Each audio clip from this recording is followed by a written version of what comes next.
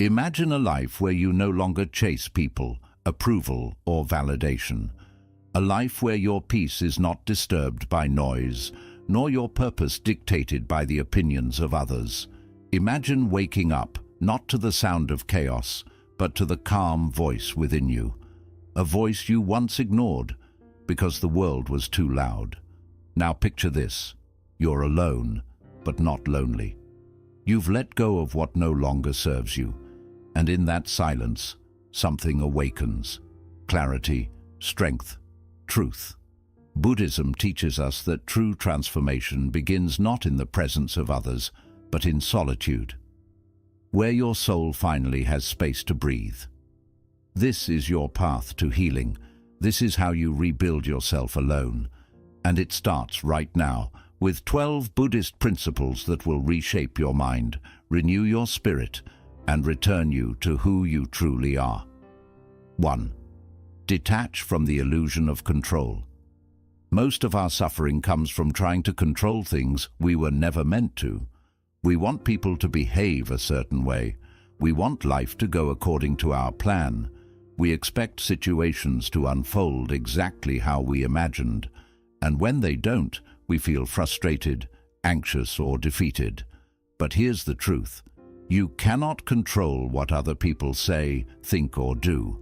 You cannot control the outcomes, the timing, or the twists of fate. Life is unpredictable. People are imperfect. Circumstances will change, often without warning. Buddhism teaches us that pain is not caused by what happens to us, but by our attachment to how we believe it should happen. As Buddha wisely said, you only lose what you cling to. The tighter you hold on to expectations, the more you suffer when they're not met. But when you release that grip, something beautiful happens. You begin to experience life as it is, not as you demand it to be. Let go of trying to force outcomes. Let go of trying to fix everyone. Let go of needing everything to be perfect. When you stop resisting reality, you stop suffering. And in that surrender, you don't become weaker, you become wiser. Because now, instead of wasting your energy on what you can't control, you begin to master the one thing you always can. Your response. That's where your power is. Not in controlling life, but in how gracefully you meet it. 2. Sit with yourself, not your distractions. In today's world, it's easier than ever to run from yourself. Every time you feel discomfort, boredom, or sadness, there's a screen to scroll, a song to play, a video to watch, or a conversation to escape into. These things may seem harmless, but over time they create a dangerous habit. You start avoiding your own presence.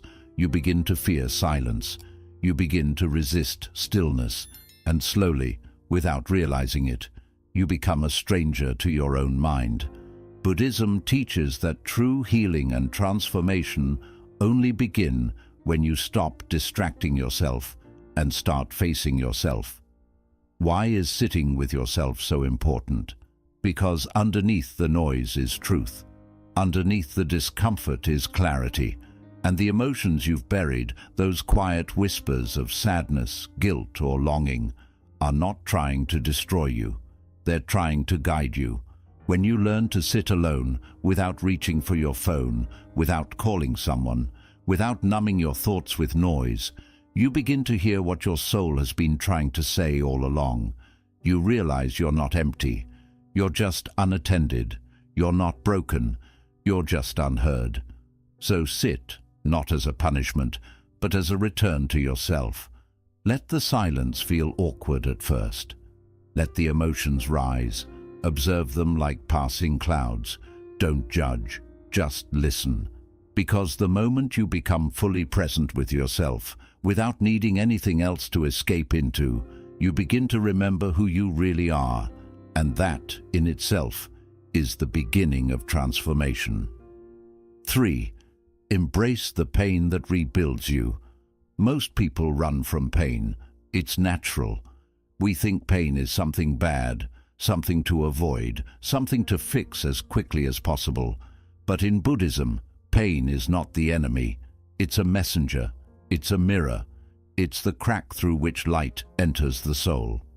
The truth is, growth never feels like comfort. It feels like loss, like confusion, like everything falling apart. But just like a seed must break open before it can grow into a tree, you must allow parts of yourself to break so you can rise into someone greater. Pain is not here to punish you. It's here to reshape you. When you sit with your suffering instead of numbing it or escaping it, you begin to understand its wisdom. That heartbreak, it showed you what you truly value. That failure, it taught you resilience you never knew you had. That silence, it brought you face to face with the parts of yourself that need healing. You can't rebuild yourself if you're always hiding from what hurts. And here's the shift. Instead of asking, "Why is this happening to me?" ask, "What is this trying to teach me?" This change in mindset turns pain into power. The most peaceful people you'll ever meet are not the ones who never suffered. They're the ones who look their pain in the eye, accepted it with grace, and let it transform them. So don't rush to escape what hurts. Let it burn away the old version of you, the one that was too afraid, too dependent, too lost. And from those ashes, a stronger, clearer, and wiser you will rise. This is the beauty of pain when met with presence. It doesn't just break you, it rebuilds you. 4. Simplify your life. Amplify your spirit. In a world that constantly pushes us to want more, do more, and become more, simplicity often feels like a weakness. But in Buddhism, simplicity is not a step backward. It's a return to clarity, a return to peace. Think about it. How many things do you carry, physically, mentally, emotionally, that you don't truly need? How much energy is drained managing things that add no value to your spirit? The clutter in your home, the overcommitment in your schedule, the noise in your digital life, and the toxic people in your circle, they all weigh you down, quietly and constantly. Buddha taught that desire is the root of suffering, not just material desire, but the craving for more recognition, more possessions, more distractions. But the path to transformation isn't found in adding, it's found in subtracting. Start by asking, what is truly essential to my peace? Simplify your surroundings. Let go of what you don't use. Simplify your relationships. Choose depth over quantity. Simplify your mind. Release thoughts that don't serve your highest self. When you begin to live with less, you actually feel more space to breathe, more time to reflect, more energy to grow. Simplicity doesn't mean you give up joy. It means you stop chasing what doesn't bring real joy in the first place. It creates a sacred space inside you where your spirit can rise, uninterrupted by noise or pressure. So, slow down, clear the excess. Let your life become quiet enough that you can hear your soul again. Because the more you simplify, the more you amplify who you truly are. 5. Become the observer, not the reactor. One of the greatest teachings in Buddhism is this: you are not your thoughts, and you are not your emotions. You are the one who watches them. But most people forget this. Sometimes something triggers them. A rude comment, a moment of fear, a painful memory. And they react without thinking. Anger takes over. Anxiety floods the mind. Sadness pulls them down. And before they know it, they're doing or saying things that only create more suffering. Buddhism teaches a different path, a path of awareness, a path of stillness. Instead of being pulled by your emotions, learn to observe them. Like clouds drifting across the sky, emotions come and go. You don't have to chase them. You don't have to become them. You simply watch. You breathe. You stay still. This is not easy at first. The mind wants to react. The ego wants to fight. The pain wants to scream. But when you pause, you give yourself power. You shift from automatic reaction to conscious response. And in that space between the trigger and your action, you find freedom. Here's the truth. Anger is not the enemy. Fear is not the enemy. Even sadness is not the enemy. The real danger is losing yourself inside of them. So practice becoming the watcher of your mind. When anger rises, say, "Ah, anger is here." When fear appears, say, "I see you, fear," and then breathe. Don't push it away. Don't fight it. Just let it pass, like a wave rolling over you, not through you. This is emotional mastery. This is how you stop being a victim of your mind and start becoming the master of it, because the strongest person is not the one who reacts the fastest. It's the one who stays still long enough to choose peace over chaos. Be the observer, and your whole life will begin to change. We all carry a version of ourselves that was shaped by pain, fear, rejection, or past experiences. Maybe it's the not good enough version, the always fails version, the one that was criticized, betrayed, abandoned, or told they were too much or not enough. And over time, without realizing it, you begin to identify with that self. You start believing that's who you are. You say things like, "I'm just an anxious person. I always mess things up. This is just the way I am." But Buddhism teaches something powerful. There is no fixed self. The self you believe you are is not permanent. It can change, it can evolve, it can be rebuilt. Yet in order to become someone new, you have to be willing to let go of the version of you that no longer serves your highest good. Let go of the self that doubts. Let go of the self that shrinks to fit in. Let go of the self that keeps reliving the same story of pain. You don't need to hate that version of you. It was doing its best with what it knew. It helped you survive. But now, you're ready to grow. And growth means releasing the identity that was built on wounds, so you can step into one built on wisdom. This transformation doesn't happen all at once. It happens when you choose, moment by moment, to act like the person you want to become, not the one you've been. You start speaking kindly to yourself. You stop repeating stories that hurt. You walk with your head higher, not out of pride, but because you've remembered your worth. Letting go of the old self isn't about becoming someone else. It's about returning to who you were before the world told you who to be. So breathe deeply. Forgive the past version of you, and with every step forward, remind yourself you are allowed to grow beyond who you once were. 7. Learn the power of walking alone. There will be moments in life when you feel abandoned, misunderstood, or completely alone. Friends fade, relationships fall apart, support disappears, and you're left wondering, why is no one here? But what if that loneliness is actually sacred? In Buddhism, solitude is not something to fear, it's something to honor, because when you walk alone, without the noise, without the influence, without the pressure to be someone for others, you begin to meet the most important person in your life, yourself. We live in a world that constantly tells us to stay connected, but connection without self-awareness leads to confusion. You begin to live for others, say yes when you mean no, and shape yourself to fit their expectations. In solitude, that illusion falls away. You begin to hear your own thoughts again. You start questioning what you actually want, not what others expect. You remember your values, your dreams, your pain, your power.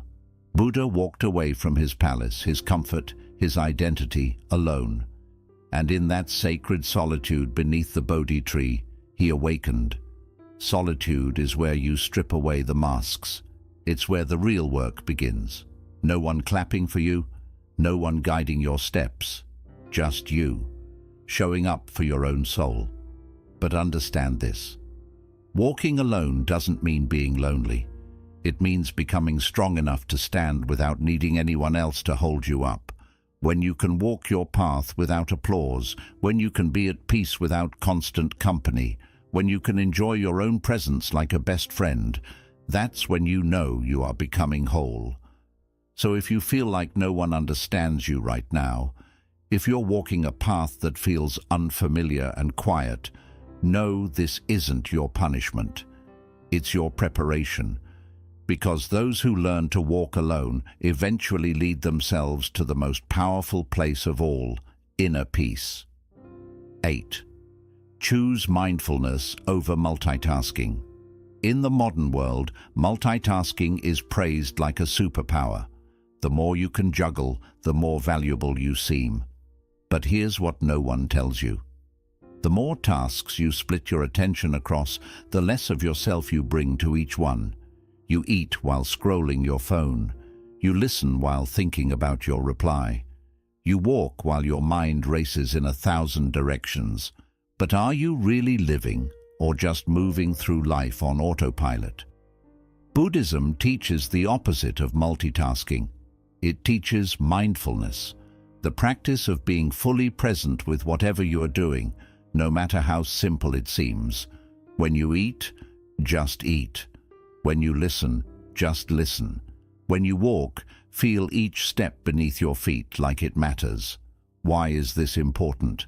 Because when your mind is scattered, your life becomes scattered. When your attention is divided, your energy is drained. And when you rush through every moment, you miss the beauty, the wisdom, and the healing it quietly offers you.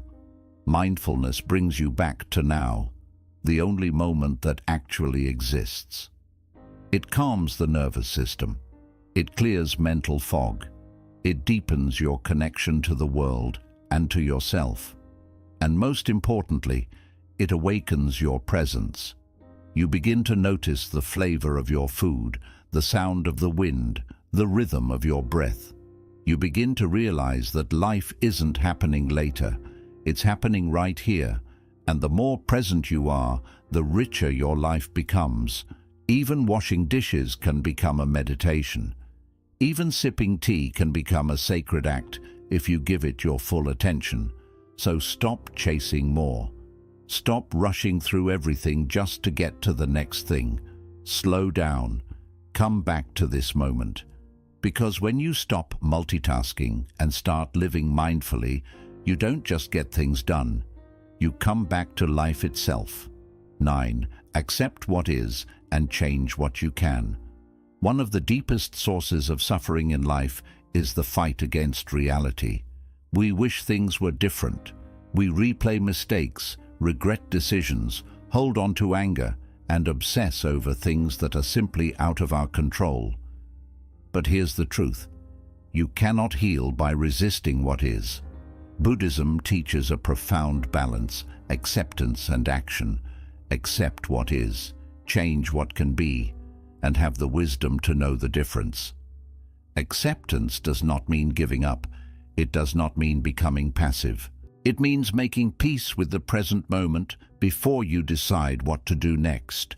Because when you're at war with what's already happened, you drain your energy. But when you accept it, you free up space to respond wisely. You don't have to accept injustice. You don't have to tolerate toxic behavior. But you do have to stop wishing the past could be different. You do have to stop trying to control every outcome. Instead, ask yourself, can I change this? If yes, take action with clarity and compassion. If no, breathe, let go, and trust the unfolding of life. Acceptance doesn't mean you agree with everything. It means you stop fighting reality so that you can meet it with strength instead of resistance. And action, true conscious action, comes from a still place, not a frantic one. When you accept what is, you can finally see clearly what steps to take. Here's what happens when you live this way. You stop being a victim of circumstances. You stop getting stuck in endless loops of worry or regret. You begin to move forward, not with fear, but with peace. Because peace is not the absence of problems.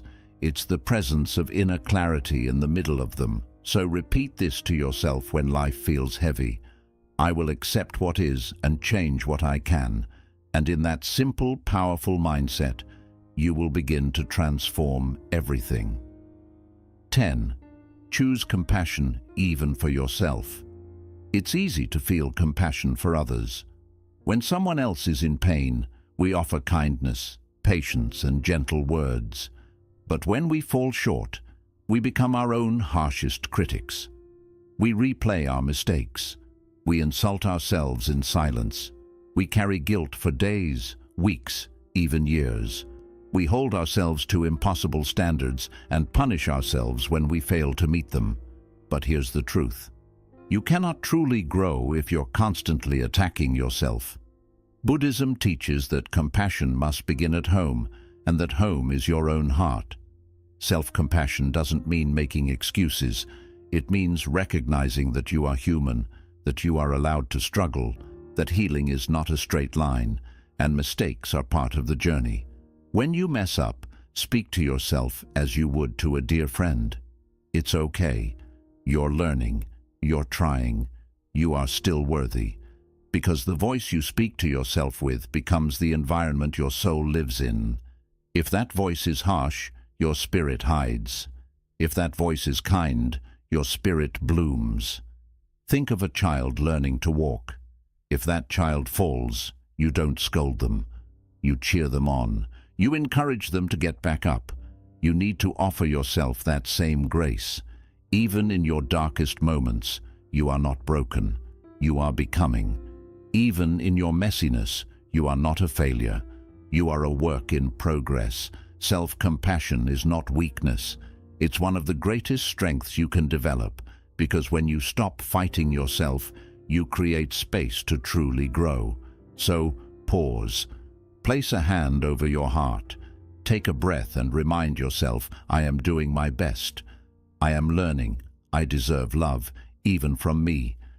In that moment, transformation begins, not from force, but from gentle understanding. Because the path to healing is not paved with self-judgment. It's built with compassion, step by step, breath by breath. 11th, break the cycle by breaking the thought. Every day, thousands of thoughts pass through your mind. Some are harmless, some are helpful, but many, without you even realizing, are harmful. Thoughts like, I'm not enough, no one understands me, I always fail. What's the point in trying? And the more often these thoughts appear, the more power they gain. You don't just think them, you start to believe them. And once belief takes root, it begins to shape your choices, your actions, your energy, and ultimately, your life. Buddhism teaches that our reality is created by our thoughts. The Buddha once said, "We are what we think. All that we are arises with our thoughts. With our thoughts, we make the world." This means that the life you are living right now is a reflection of the thoughts you have consistently believed. If your thoughts are fearful, you move through life cautiously, always expecting the worst. If your thoughts are filled with anger, you carry that weight into every conversation. If your thoughts are rooted in lack, you never feel like what you have or who you are is enough. But here's the good news. Thoughts are not permanent. They are habits, patterns. They are like grooves in the mind, carved by repetition, and what has been programmed can be reprogrammed. The key is awareness. You must begin to watch your thoughts, not blindly follow them. When a painful or limiting thought arises, pause. Don't react. Don't obey it.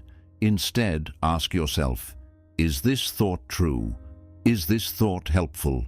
Is this thought leading me where I want to go?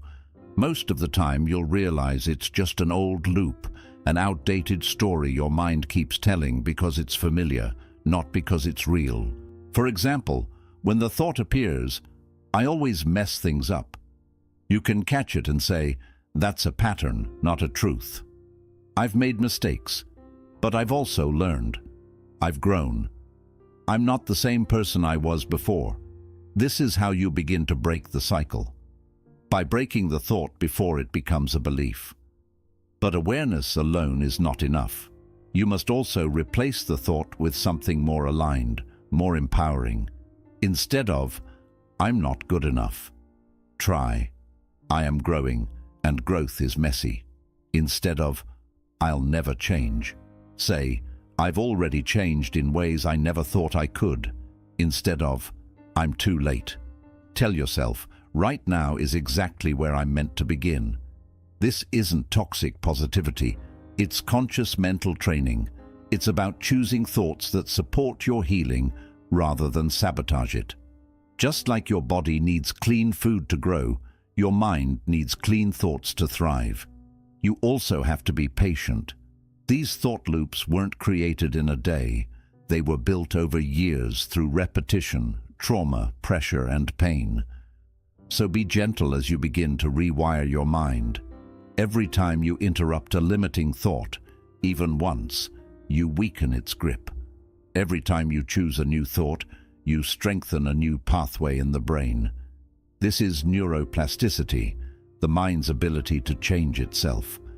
And Buddhism understood this long before modern science did. Meditation is one of the most powerful tools in this process. When you sit in stillness, you start to notice the noise in your head. You start to see the same thoughts rising again and again. And in that stillness, you gain space. The space to choose, to let go, to reframe, to breathe instead of react. Over time, this conscious choosing becomes natural.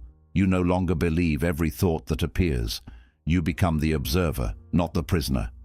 You begin to think on purpose, not out of habit. And this is when transformation happens. Because when your thoughts change, your beliefs change. When your beliefs change, your energy changes. When your energy changes, your actions change. And when your actions change, your entire life begins to transform. So if you feel stuck in a cycle of fear, of anger, of sadness, look to your thoughts. What stories are you telling yourself? What assumptions are you clinging to? What labels have you outgrown? And most importantly, what new thought will you choose today? Because healing doesn't begin with a new job, a new person, or a new environment. It begins with a new thought. So break the cycle, catch the thought, challenge it, replace it. And with time, your mind will no longer be a battlefield. It will become your greatest ally. 12th, return to the breath. It is your anchor. In every moment of chaos, confusion, fear, or uncertainty, there is one thing that is always with you, always available, and always powerful enough to bring you back to peace. Your breath. It sounds simple. Too simple, maybe. But in Buddhism, the breath is far more than just air moving in and out of your lungs. It is your anchor to the present moment, the doorway to awareness, and the bridge between your body, mind, and spirit. When life becomes overwhelming, your mind tends to run in every direction. It pulls you into the past, replaying what went wrong. It jumps into the future, imagining worst-case scenarios. It creates fear, tension, panic, and before you know it, you're no longer present.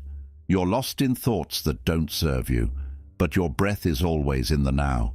It cannot exist in yesterday or tomorrow. It only lives here, in this very second. The past is gone. The future hasn't arrived, but this breath is real. When you bring your awareness to the breath, you bring yourself home, to peace, to presence, to life itself. For thousands of years, Buddhist monks have used breath awareness to cultivate mindfulness and inner stillness. Why? Because no matter where you are or what you're going through, the breath is always with you.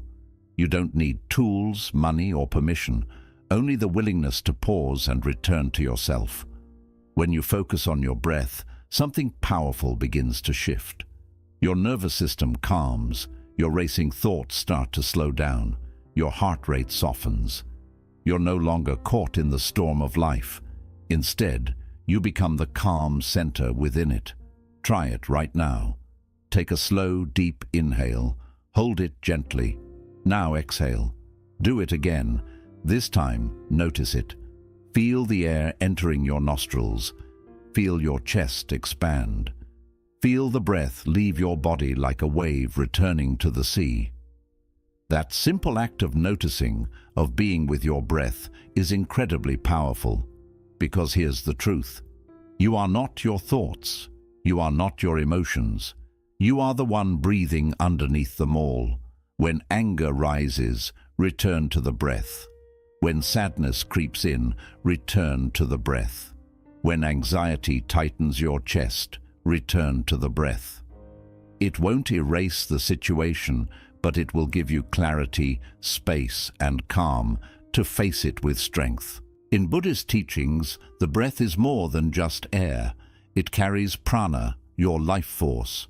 When your breath becomes shallow and erratic, your energy scatters and weakens.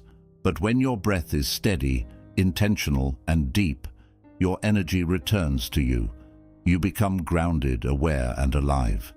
So the next time life overwhelms you, don't rush, don't resist. Just return. Just breathe.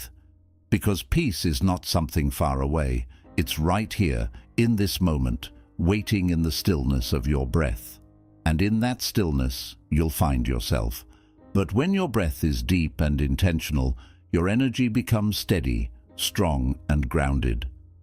Many of us live disconnected from this power. We breathe unconsciously, fast and shallow, especially in moments of stress and anxiety. Yet the moment you begin to breathe consciously, with presence and purpose, something profound happens. You're not just calming yourself, you're reprogramming your entire mind-body system.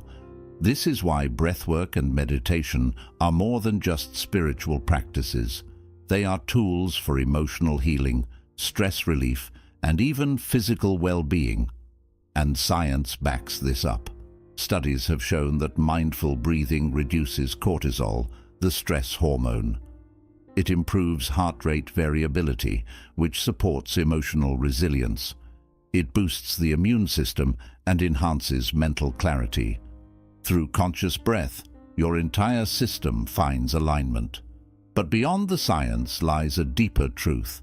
The breath is your direct connection to life itself. The first thing you did when you came into this world was inhale. The last thing you will do before leaving is exhale. And every breath between those two moments is a chance to begin again. So when the weight of the world feels heavy on your shoulders, when your mind is spinning and your spirit feels lost, don't rush outward looking for relief. Just pause, close your eyes, place a gentle hand over your heart, and breathe. Let your breath become your prayer. Let it carry your pain, your worries, your tension. Let it remind you, you are here, you are alive, and this moment, right now, is enough. Make it a daily practice, first thing in the morning, before the world speaks to you. Breathe. In the evening, after the noise of the day has settled, breathe. In between tasks, before reacting, before speaking, just pause and breathe. Even a single conscious breath has the power to shift your entire state of being. Because when you learn to master your breath, you begin to master your mind. And when you master your mind, you become free. Not because the world has changed, but because something within you has. So return to the breath again and again. Let it be your anchor when everything around you feels unstable. Let it be your teacher, your guide, your silent sanctuary. In the stillness between inhale and exhale, you will find yourself, not the version shaped by expectations and noise, but the version that has always been there, calm, present, and whole. That is where true transformation begins. In a world that constantly tells you to move faster, to achieve more, to be everywhere and everything at once, Buddhism whispers something different. Slow down, be still, go within. Because the transformation you are seeking will not come from applause, from people, or from possessions. It begins in solitude, in silence, in the courageous decision to rebuild yourself from within. These 12 principles are not just ideas, they are invitations. Invitations to let go of control, to sit with your own presence, to listen to the wisdom that lies hidden in your pain, to clear the clutter of your life, to respond, not react, to release who you once were, to walk alone but with strength. To live mindfully and intentionally is to accept what you cannot change, to offer yourself deep compassion, and to break the mental patterns that limit you. It means returning again and again to the breath that grounds you, to that simple, sacred rhythm that brings you home to yourself. You are not broken, you are becoming, you are not behind, you are awakening. So trust this path, even when it's quiet, even when it's lonely, even when it's hard, because the most powerful version of you is not found in the crowd. It's forged in the quiet moments when no one is watching, in the moments when you choose to rise, to rebuild, and to return to who you truly are. Walk this path with courage, and may peace follow every step.